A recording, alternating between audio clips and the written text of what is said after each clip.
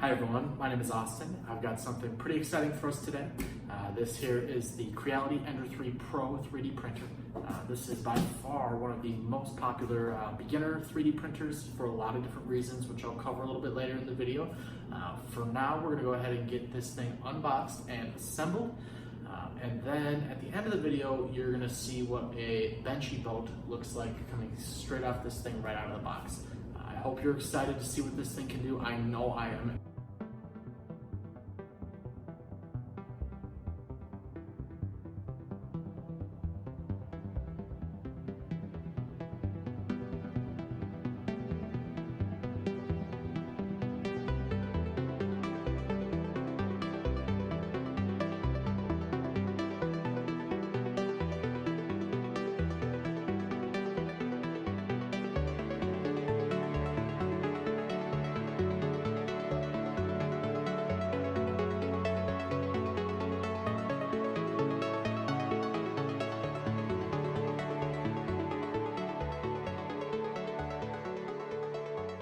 Okay, so now that I've got everything out of the box and laid out in front of me on the table here, I'm going to take my components list and just verify that everything is here.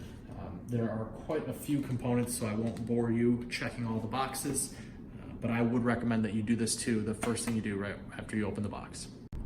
All right, so now we're gonna get started with step one. As you can see, everything here is conveniently labeled, so we know which fasteners to grab, we know which structural pieces to grab, and of course, the base here. It also shows conveniently where every screw hole is that we need to worry about. So this is all pretty straightforward. I'm gonna go ahead and get started on that. I'm gonna go ahead and grab that M5 right here, these bad boys. And then I'm gonna grab my two sort of wider structural pieces. Those. All right, so I've grabbed my bolts here and I grabbed my Allen key. This is the largest of the Allen keys that came with the set. As you can see, that's the fit. These very conveniently fit right under here. All right. And again, we'll take one of these pieces. These are kind of the thicker of the two different varieties of structural pieces. So according to the manual here, these holes that are kind of closer to one end than the other, you see this end doesn't have it, these holes go on the bottom.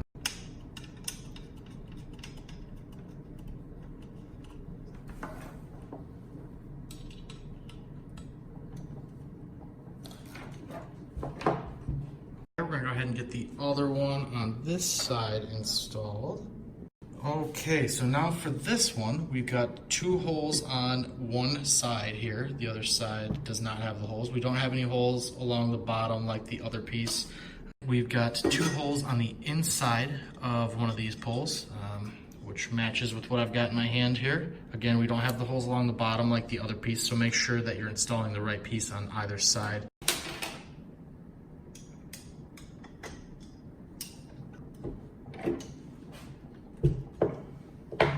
Alright, so there you have it. We have step one complete. Okay, so moving on to step two. This particular step is going to have us installing the power supply. One important thing to call out is this big red note here, select the correct input voltage to match your local main. So looking at the actual power assembly here, there's this giant yellow sticker with an arrow pointing you to this red switch here. As we can see, right now, 230V. That is not the one I want. It may be the one you want. If you don't know, do a quick Google search. That should help you out. There we go. Okay, so now that I've got the voltage selected, we're gonna go ahead and get this screwed in. We're gonna be using the pole with the two holes spread apart here, not the two down by the bottom. So we've now got that secured. We're gonna get now to the LCD screen. This is gonna go right up front. We're gonna get these screws lined up. All right, so just like that, we've got this attached. Just two screws, just two holes, so it's really simple. We got that one all set. Now it's time for step three.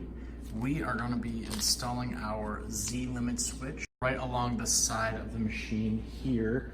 We've got this rectangular channel in our structural piece. So this little guy will go in upright and then it will get spun this way, which will lock the limit switch into place. We want to make sure that these are upright. The two rectangular pieces line up with the channel. So you can see we've got this thing firmly in place now. It's not coming anywhere, and it's pretty squared up to the rest of the pieces here, and our notches touching. So everything looks good there. We're going to move on to step 4. All right, so we've got a couple pieces involved in step 4. We've got our motor, our rod here, and then we've got some of these M4 by 18 screws, just 2 of those. So we're gonna get our parts together and spin the machine around so that the back is facing the camera here. Okay, so we're gonna get started with the motor here. It's gonna take both of our screws and get those opened. Now, if you remember, that very first piece we installed had 2 holes right along the bottom here. We're going to be using those holes in line with the 2 holes on the back of our motor.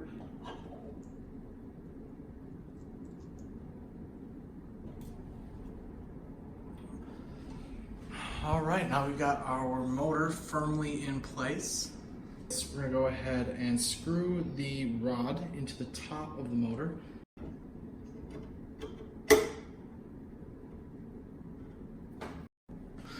Okay, so try not to touch this rod all that much because there is a little bit of oil on there and you will kind of feel that on your fingers.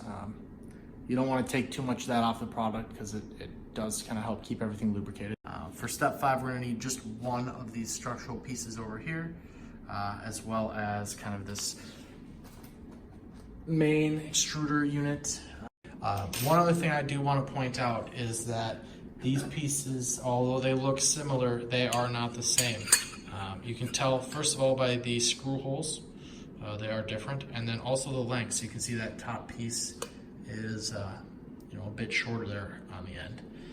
So the manual does specifically call out that we use this piece with the 3 on either end. So just make sure you're grabbing that piece first.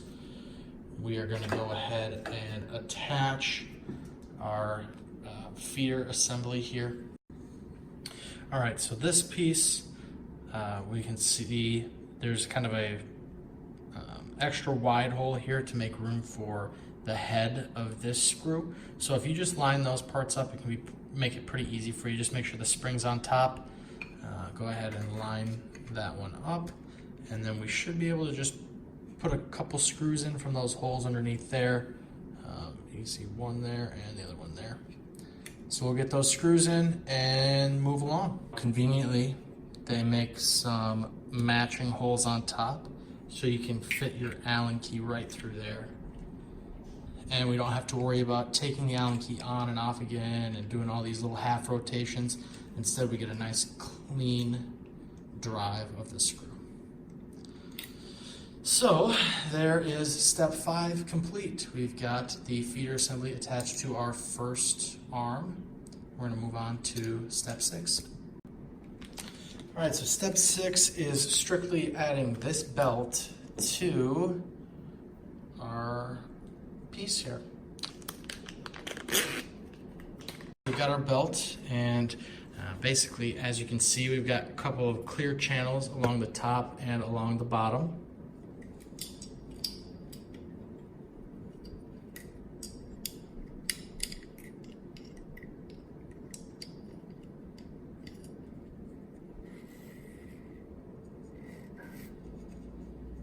We are on step 7, so it looks like we're going to want to get the extruder on first, and then we're going to screw on this end cap and then go ahead and attach that belt. All right, so we're going to go ahead and feed this part on here.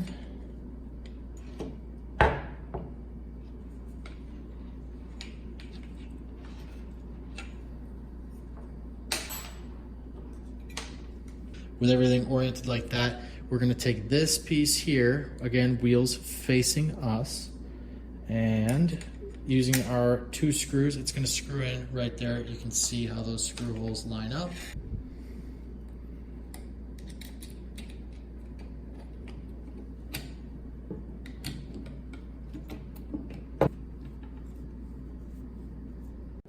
Alright, so before we get everything tightened down, I do want to show you how to attach the belt. First, we're going to make sure it just runs underneath all of our little wheels here.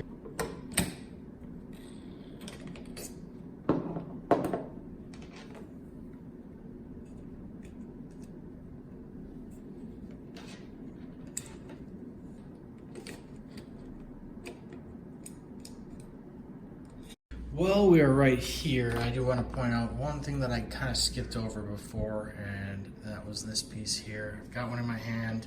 Fortunately, everything is still accessible. I'm going to go ahead and just get that screwed in. It goes right here. Now that we've got that on there firm, we're going to move back to where we were, and that is step 8. We're going to be adding some tension and getting our belt attached. All right, so I do want to show you just real quick how we get the belt attached. There are 2 slots, one on either side. You can see the belt just kind of slides right in there. And again, repeat the process. There's that little slit. There's our little belt with our locking piece on the end. Get that in place. Now we've got everything kind of where it needs to be. We just need to get that tensioner in there.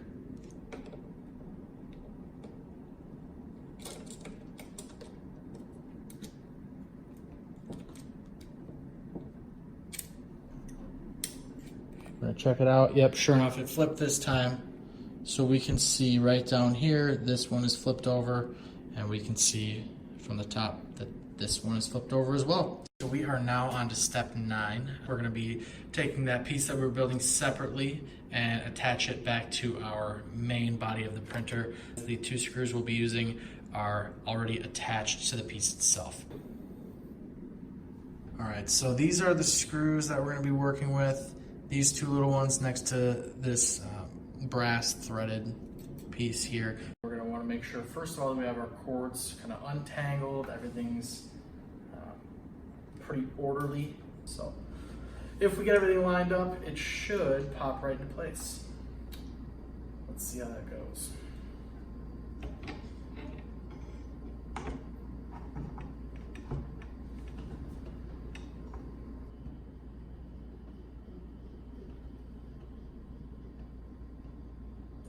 All right, well, that went on pretty easily. Okay, so we are now moving right along to step 10. We're going to be using our last structural piece. And basically this is going to serve as kind of a cross brace. It's going to go across the top, and we've got 2 on each side. We've got 4 fasteners here, so that's pretty straightforward.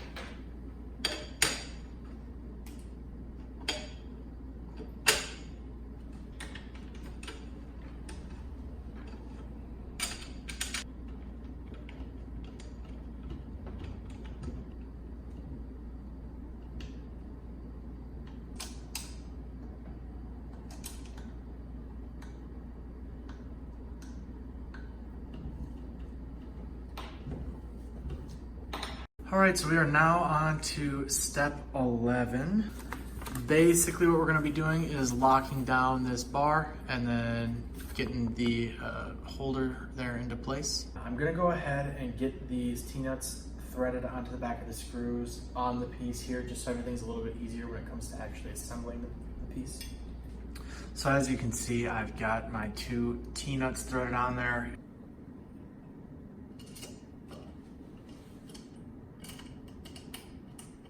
And again, you're going to want to check both T-nuts just to make sure they've rotated the full 90 degrees. One more step we're going to do is just get this holder attached. It's 2 separate parts. There's a thread here. We're just going to get that twisted on. And there we go. And once it's in place, you'll feel it's pretty sturdy. Now this printer also comes with 2 little end caps. They just snap right into place here on our support. One for each side. So now we've got kind of the body of everything put together. We are on to our 12th and final step, which looks kind of like a mess here, but if you actually look at it, it's really just plugging in a bunch of different cords. Fortunately, the manual here does have everything labeled, again, nice and clear. So I am going to first show you the EXP3, which plugs directly into our control panel here. On the manual, it shows as gray. In my case, it's sort of this rainbow wire. Now on the back of the actual control panel here, you will see 3 separate plugs. That cord plugs directly into the port closest to the bed. The next cord that we're gonna wanna work on is this one here. This plugs into our Z limit switch here.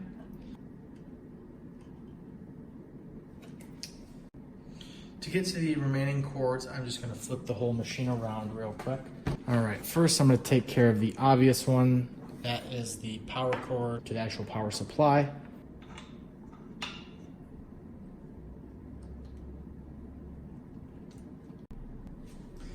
The next wire I'm going to show is the one that plugs into this motor here, and it tucks in right here. We've got these 3 plugs, and again, they're all very well labeled. The larger X motor plug goes right in the bottom. And then, I'll pull this over to the side here, you'll see that the smaller one actually fits right inside there. I'm just going to use the little screwdriver that came with it to kind of push everything into place. Now, if you're lucky, you'll have smaller fingers than I do, but if you've got fat fingers like me, you'll just need to get a little bit creative. And when it comes to actually attaching this tube to the extruder itself, we're just going to push that in, and then it comes with some nice little spacers here to prevent play in the tubing. We're just going to install that there. Now everything should be good to feed some filament. Well, there you have it. We have followed all 12 steps, and we now have our 3D printer all put together. It's kind of time for the moment of truth. We're going to plug it in and see what happens.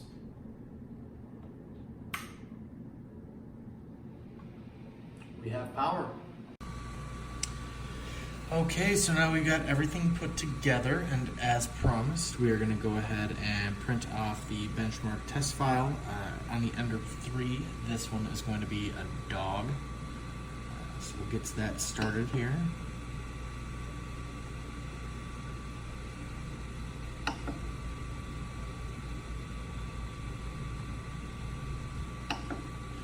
Now the bed and extruder are going to heat up, and then the print will get started. The Benchy is now printed off, and it printed off on this little base here, which we just went ahead and removed. So we'll take a look at the quality of the print here. We can see just a little bit of distortion here. There was one little layer line that was a little more pronounced than the rest of them, but overall, straight out of the box print, I'm pretty pleased with how this turned out. So this is perfect for me. This is exactly what I was expecting, and I'm very pleased with the print. Now, as a little bit of a bonus print here, I went ahead and went a little more advanced just to see what I could do. This is an elf wizard miniature. I'll post the links to both these files in the description below. But I wanted to challenge the printer just a little bit. So this did have a significant amount of support between the legs here, and then even up to both hands. It did take me roughly 10 or 15 minutes to remove all of the support. But again, to really kind of put a more challenging figure out there and have it print at this level of detail right out of the box, again, I'm super pleased with. I kind of expected this one to just end up in a mess on the print bed, but instead I've got a pretty decent print. I hope you all enjoyed today's video. Let me know your thoughts on the Ender 3 in the comments below. I'll leave links to where you can pick up this printer in the description. Remember to subscribe to my channel for more 3D printing videos. Thanks.